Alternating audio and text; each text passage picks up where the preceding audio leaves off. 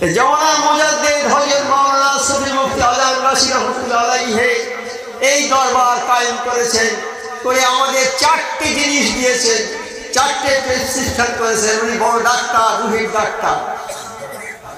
উনি চারটে প্রেসক্রিপশন আমাদের দিয়েছেন। 1 নম্বর বিনা কাজায় 5 ওয়াক্ত নামাজ, 2 নম্বর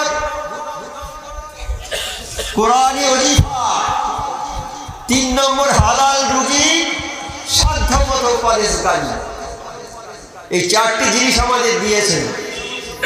বিনা কাজায় 5 ওয়াক্ত নামাজ পড়তে হবে। আমার মুর্শিদ সুফি আজম গাজী রহমাতুল্লাহ বলেছেন, আমরা তার দরবারে এসেছি, তিনি এই কথা বলেছেন, কিন্তু এটা তো আমার মুর্শিদের কথা নয়, এটা কালাম পাকের কথা, স্বয়ং আল্লাহর কথা। ওই আল্লাহরা যা বলে আল্লাহর কথাই বলে।